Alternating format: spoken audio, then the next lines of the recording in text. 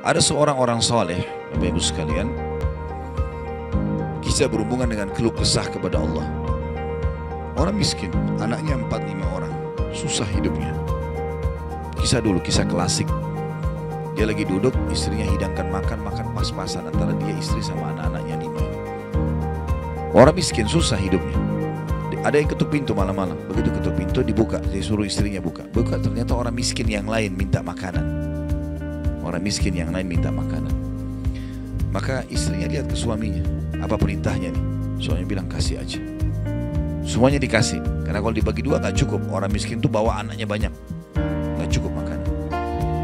Lalu kemudian istrinya sama suami istri orang beriman kepada Allah, tahu, ya sudah sabar. Tapi subhanallah, beberapa saat kemudian, kalau kita beberapa jam kemudian lah, menjelang malam hari, lebih gelap ya, sudah mulai masuk pertengahan malam, jam 12 malam, mereka kelaparan semua. Istrinya bilang, anak-anaknya nangis, saya lapar, kamu juga lapar, anak-anak lapar, bagaimana? Kata suaminya, tenanglah, saya akan coba cari jalan keluar, minta kepada Allah. Istrinya gak paham suaminya mau kemana. Dia pakai bajunya, baju keluar, kemudian dia keluar pergi ke masjid dekat rumahnya. Malam hari, jam 2 malam. Dia keluar, dia masuk di masjid, lalu dia sholat tahajud. Dan ini sifat orang beriman. Berkeluh kesah sama Allah itu jangan cuma hal yang besar, dari hal yang kecil. Manja sama Allah itu baik. Lu terus minta terus sama Allah. Allah suka hambanya yang tamak dengan rahmat Allah. Tamak dengan rahmat Allah. Sudah sehat minta ditambah kesehatan, sudah kaya minta ditambah kekayaan. Selalu minta, tamak dengan rahmat Allah. Dan sudah pernah saya bilang, meminta sesuatu agar nikmat ditambah atau bertahan, itu adalah pahala lebih besar daripada kalau cobaan sudah datang baru kita minta diangkat cobaan tersebut. Kita sehat minta agar Allah pertahankan kesehatan, itu lebih besar pahalanya dibandingkan nanti sakit baru minta disembuhkan. Jadi tamak dengan rahmat Allah itu penting. Kalau bahasa saya sebenarnya bermanja-manja sama Allah. Selalu ya Allah bantu, ya Allah tolong, ya Allah mudahkan, ya Allah terus hidupnya. Kalimatnya selalu begitu. Orang ini masuk ke dalam masjid, dia sholat malam lalu dia minta sama Allah, doanya begitu, ya Allah engkau tahu aku kelaparan dengan istriku dan anakku malam ini, maka berilah kami makan. Minta makan sama Allah. Ya. Maka yang terjadi dalam kisah ini dikatakan ada seorang raja, pemimpin wilayah itu, sudah 1 minggu mau taubat. Sudah seminggu mau taubat. Dia tidak tahu harus kemana.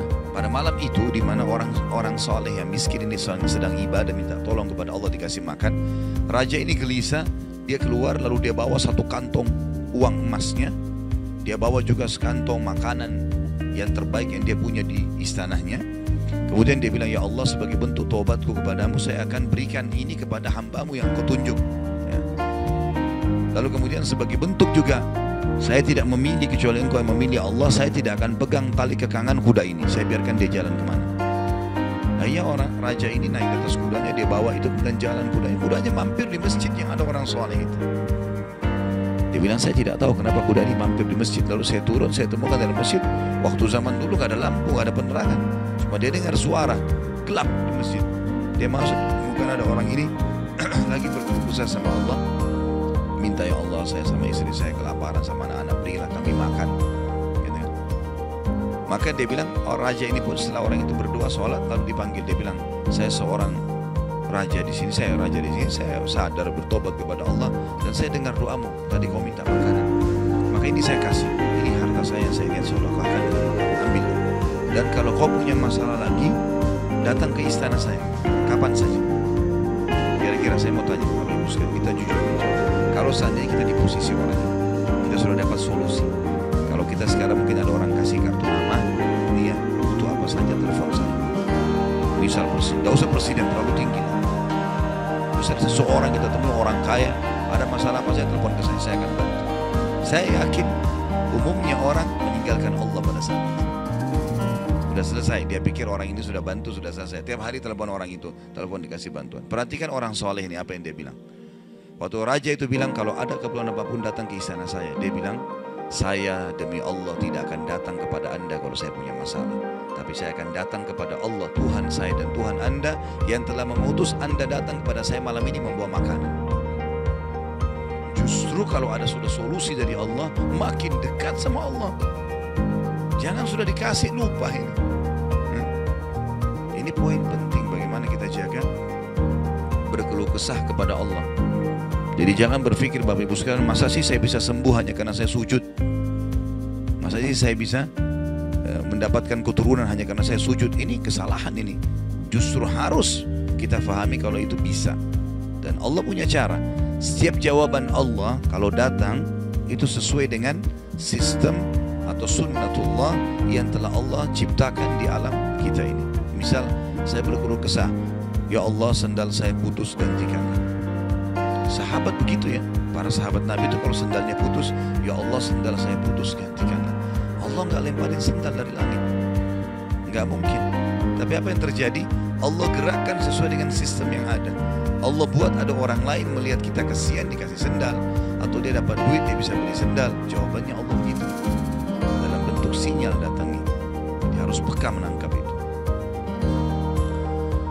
Kemudian selanjutnya, tentu juga yang ini tadi contoh kisah orang yang berkeluh kesah kalau berhubungan dengan cobaan dari Allah ya.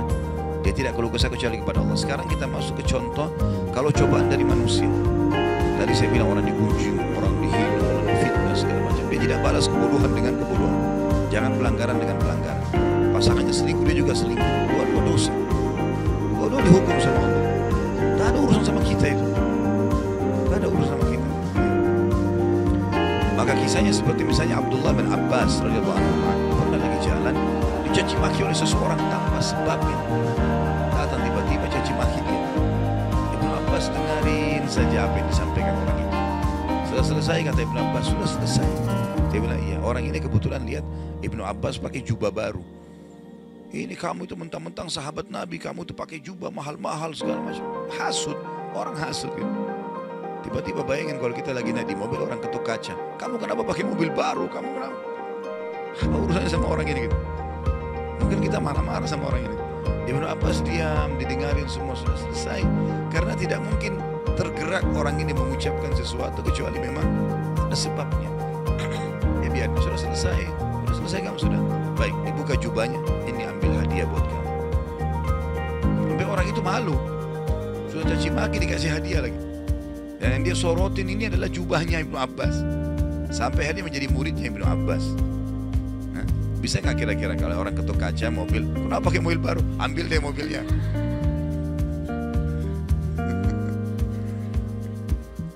Baik, kisah yang lain, Ali bin Husain radhiyallahu anhu. Ini cucu Nabi SAW, anaknya Husain. Ya, radhiyallahu anhu ajma'in. Terkenal dengan Zainal Abidin, masyhur dengan kesalehannya. Dia pernah jalan dicaci maki oleh orang tanpa sebab. Mentang-mentang keturunan Nabi, mentang-mentang kau begini, mentang-mentang kau begini, caci maki. Dia diam saja. Dia nggak bicara banyak. Didengarin. Orang-orang sekitarnya sudah marah nih. Tapi karena dia diam, orang diam semua. Sampai udah selesai dia bilang, wahai saudara, kalau seandainya kamu tahu lebih banyak tentang aku, mungkin kau akan lebih banyak cerita tentang keburukan. Saya ini banyak dengan keburukan, gitu kan? Kemudian dia bilang sama orang di sekitarnya, ada pegang uang, kasih orang ini 1000 dirham dan tunjukkan alamat kita. Siapa tahu dia punya hajat. Orang itu jadi tambah malu gitu. Karena perilaku akhlak yang boleh Islam ajarkan kepada kita. Pada saat kita kepancing emosi, kontrol, tenang, jangan dibalas. Tidak ada gunanya, tidak ada manfaatnya. Hanya akan merusak kejiwaan kita. Kata-kata jadi kasar, hidup kita jadi tidak tenang. Tapi kalau kita gunakan teori syar'i ini, kita akan tenang. Kita bisa makan, kita bisa tidur. Baik, kita berdoa kepada Allah SWT, semoga majelis kita diberkahi olehnya dan dijadikan sebagai tambahan amal kita pada hari kiamat. Dan semoga saja seluruh amal yang pernah kita kerjakan, yang akan kita kerjakan sampai ajal menjelang datang, diterima dengan kemahamurahannya. Dan semoga semua dosa yang pernah kita kerjakan sekecil sampai sebesar apapun diganti dengan kemahamurahan Sang Pencipta menjadi pahala. Dan kita mendoakan Indonesia untuk selalu makmur, damai, tentram, dan seluruh muslimin bersatu di bawah bendera tauhid la ilaha illallah Muhammad Rasulullah, kembali dalam segala ibadah mereka kepada Al-Quran dan Sunnah. Dan semoga Allah juga memberikan pemimpin-pemimpin yang muslim yang adil kembali kepada Al-Quran dan Sunnah. Dan juga semoga Indonesia menjadi contoh bagi negara-negara yang lain. Dan kita selalu mendoakan saudara kita di Palestina, di Syria, di Yaman, di Irak, di Myanmar, di Ahsa, dimanapun mereka berada yang sedang tertindas. Semoga Allah ikhlaskan niat mereka, terima para syuhada mereka, mulakan Islam di tangan mereka dan tangan kita semua. Dan semoga Allah partisipasikan kita bersama mereka di pahala, baik dengan doa, dengan harta, dan juga dengan jiwa kita. Dan semoga Allah dengan kemahamurahannya menyatukan kita semua di surga firdausnya tanpa hisab, sebagaimana yang kita di majelis ilmu yang mulia ini. Allahu alam, ini mungkin yang kita sampaikan, mudah-mudahan bermanfaat. Subhanakallahumma bihamdika asyhadu an la ilaha illa anta astaghfiruka wa atubu ilaik. Wassalamualaikum warahmatullahi wabarakatuh.